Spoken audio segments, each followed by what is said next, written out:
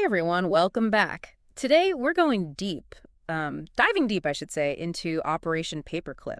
Oh, yeah, this is a good one. It's fascinating and complex, right? Absolutely. So, for our listeners, we want to really help you understand how the U.S. ended up bringing all these German scientists over after World War II. Right. And we've got some excerpts from a historical book that really gets into like the nuts and bolts of Operation Paperclip. You know, what were they thinking? How did they do it? Motivations, yeah. Yeah, and the consequences. All of it. It's wild. This program, it really highlights this turning point right after World War II. Think about it. The Cold War is heating up, and suddenly it's all about scientific knowledge. It's almost like the battle shifted, right? From like who has the most land to who has the brightest minds. Exactly. The book does a great job of like setting the scene. Europe's in ruins, the Cold War's brewing, and the U.S. is like, wait a minute. We need to be the ones with the best technology. They were in a race, basically, against the Soviets. Hmm. And the big fear that the Soviets would get all this German technology, especially their rocketry. That's right. The U.S. had seen the atomic bomb. They knew what these weapons could do. And to think the Soviets might get even more advanced tech. Terrifying. Absolutely terrifying. So that fear, that's where Operation Paperclip comes in. Yeah, it was this kind of desperate move. Bring those scientists to the U.S. before the Soviets do, no matter what. And that's where things get really interesting. Yeah, the lengths they went to. It's mind-blowing. The U.S. government was so focused on winning this scientific arms race that they kind of overlooked some, well, let's just say issues with these German scientists. Yeah, the book doesn't hold back. It talks about how the U.S. basically ignored or downplayed some pretty serious stuff in these scientists' backgrounds. Some of them were connected to some truly awful things. Yeah, and the book even talks about how the U.S. government destroyed or like minimized incriminating documents. It really makes you think about like what compromises were they willing to make, all in the name of national security. Right. It's a tough question. Okay, so let's meet some of these key players. The book focuses on two guys in particular, Wernher von Braun. I bet some of you have heard of him. Oh, yeah, he's the famous one. The rocket guy. Yeah. A genius, really. Instrumental in developing Germany's V-2 program. Which, as the book points out, relied heavily on forced labor, like concentration camp prisoners. Yeah, a very dark side to his brilliance. Despite all that, von Braun becomes this major figure in the U.S. space race. Like, he helped put people on the moon. Amazing. Yeah, It's a crazy trajectory.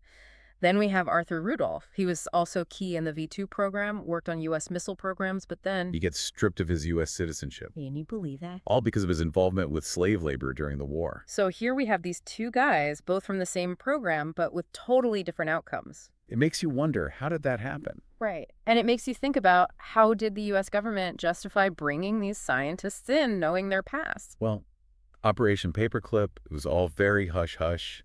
They kept it under wraps. The book talks about how they used the Cold War as an excuse, like, we can't be open about this, it's too dangerous. Exactly. They were worried about public scrutiny, debate. They wanted to control the narrative.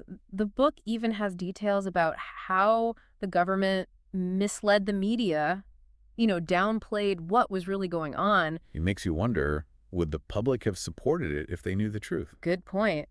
But then the world starts changing. People learn more about the Holocaust, the civil rights movement gains steam. The ethical landscape is shifting. Exactly. What might have seemed necessary right after the war starts to look a lot different. For sure. Now, there's no denying that Operation Paperclip had some successes, right? Oh, absolutely. I mean, these scientists, they helped America advance technologically, especially in the space race. But the book keeps asking this question, was it worth it?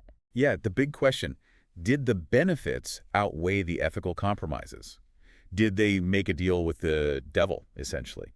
That's a good way to put it. The book really pushes us to confront the idea that progress sometimes comes at a price. A steep price. Now, remember von Braun. The book shows how he basically reinvented himself, became an American hero. The ultimate PR move. He downplayed his past, talked about the peaceful potential of space. And it worked. He became a celebrated figure. Rudolph, though, his story's different. He couldn't escape his past. He was accused of war crimes, forced to leave the U.S. But it's like no matter how hard you try to bury it, the past always finds a way to surface. And it really highlights the crazy contradictions of Operation Paperclip, right? Two guys, same program, completely different fates. Totally.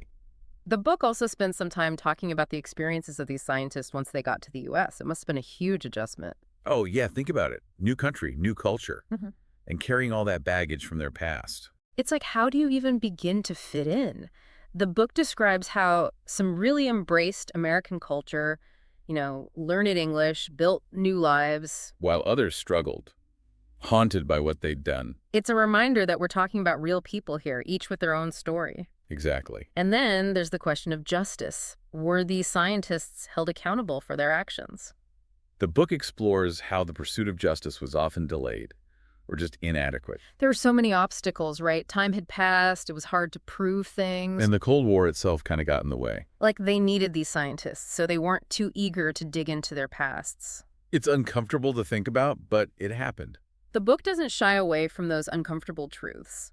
It shows how the Cold War really impacted how justice was pursued. And that had consequences. People started to lose trust, not just in the government, but in the scientific community, too. It really damaged the public's perception of science. Like, could you trust these scientists who had been involved in such awful things? And that distrust, it lingers even today. Absolutely. It's a good reminder that we can't just separate science from ethics. They're intertwined. Sure. The thing is, Operation Paperclip, it wasn't an isolated incident, right? The book makes a connection to other Cold War programs, like research into biological weapons, the development of the atomic bomb. All these programs where national security trumped everything else. Exactly. It's like this pattern emerges, this willingness to compromise ethical principles in the name of power. And that's a scary thought. Yeah, it is. It makes you wonder, have we really learned from these mistakes? Or are we doomed to repeat them? Hopefully not. All right, so we've covered a lot here. The origins of Operation Paperclip, the ethical gray areas, the impact on public trust. And those are just some of the highlights. But the book leaves us with this question, and I think it's one we all need to think about. If Operation Paperclip happened today, how would it be perceived? Would we be outraged? Would we justify it? It really makes you question our values as a society. For sure.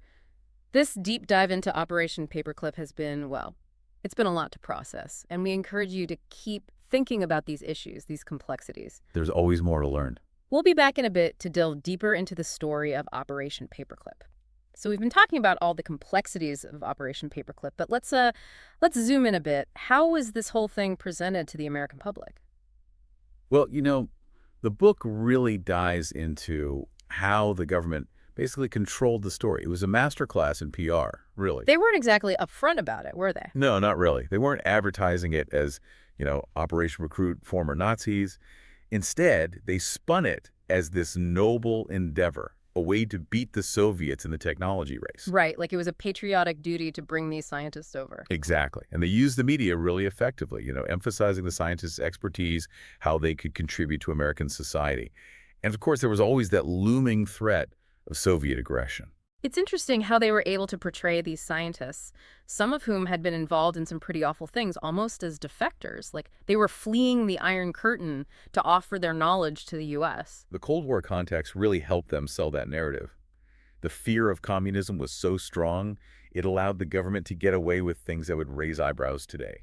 The book also talks about how they actively suppressed information that could have jeopardized the program. Oh yeah, there were classified documents, pressure on journalists, even evidence of destroyed files. It was a full-blown cover-up. It makes you think about how far they were willing to go to protect this program. But as the book reminds us, the truth has a way of coming to it eventually. As more information about Operation Paperclip surfaced, those ethical implications became a lot harder to ignore. Right. Public perception started to shift. In the immediate aftermath of the war, there was this feeling of, we got to do whatever it takes to win. But over time, as the horrors of the Nazi regime became more widely known, people began to question the morality of it all. Yeah, like how could we be harboring these individuals who had been complicit in such atrocities? And the book reveals that those concerns weren't just coming from the public. Even within the government itself, people were starting to have doubts. There were some fascinating internal debates happening, within the State Department, the intelligence community. Some saw these scientists as valuable assets, but others were really struggling with the moral implications. It really boils down to that age-old question. Do the ends justify the means? Exactly. And in this case, the means were pretty troubling, to say the least. These scientists were essentially given a free pass for their involvement in war crimes.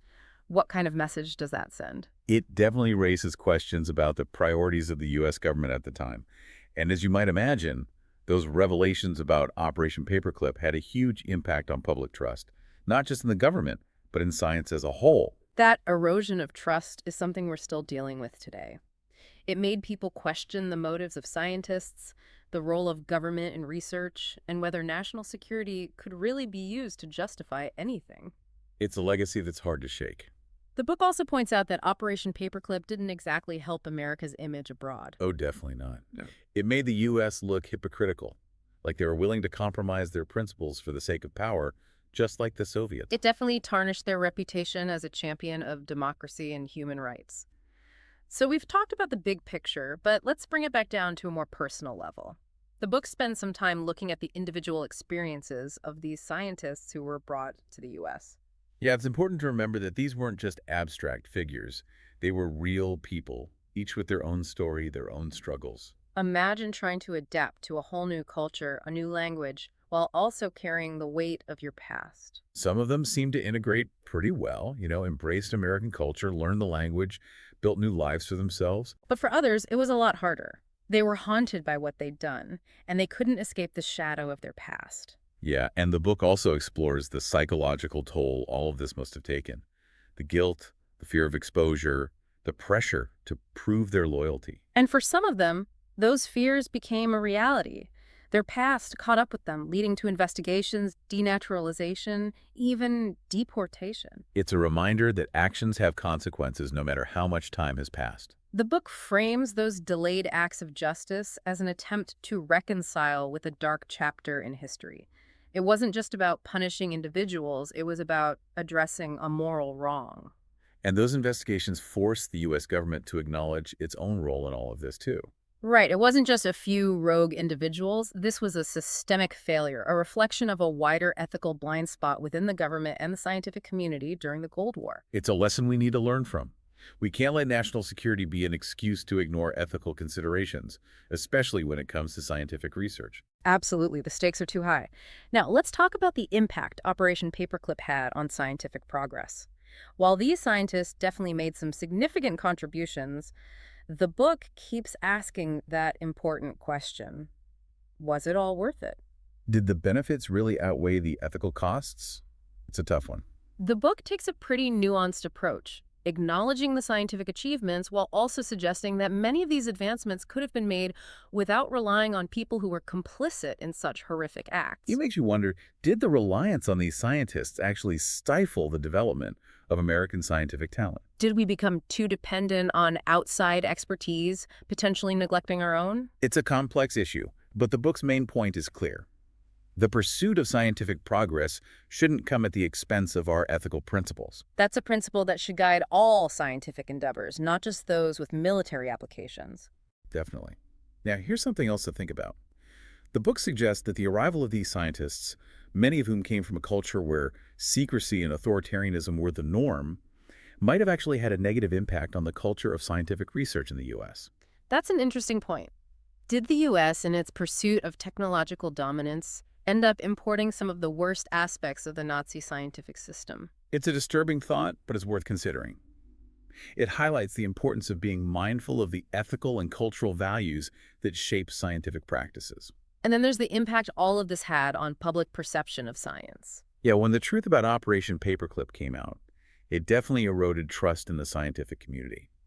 People started to see scientists not as these objective seekers of knowledge, but as potentially compromised figures who could be used for nefarious purposes. And that skepticism, that distrust, it's still present today. It fuels the debates around things like genetic engineering, artificial intelligence, all these powerful technologies with the potential to transform our world. It reminds us that science isn't immune to ethical considerations. In fact, those ethical considerations should be at the very heart of everything we do. I think that's one of the key messages of the book. Science is a powerful tool, and we have a responsibility to wield it wisely.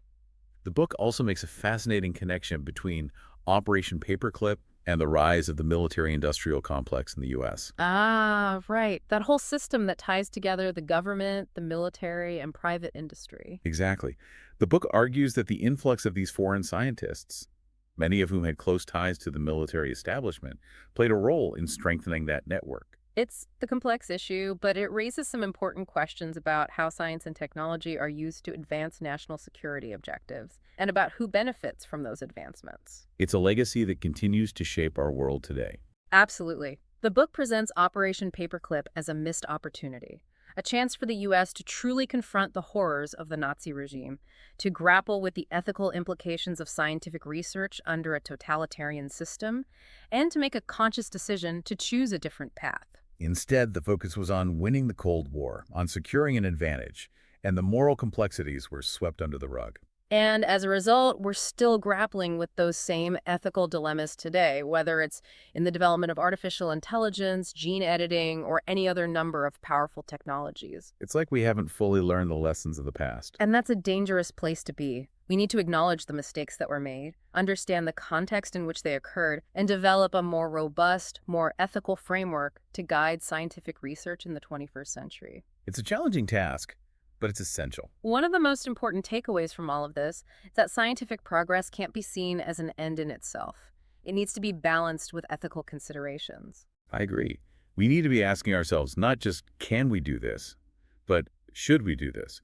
And what are the potential consequences, even the ones we can't foresee right now?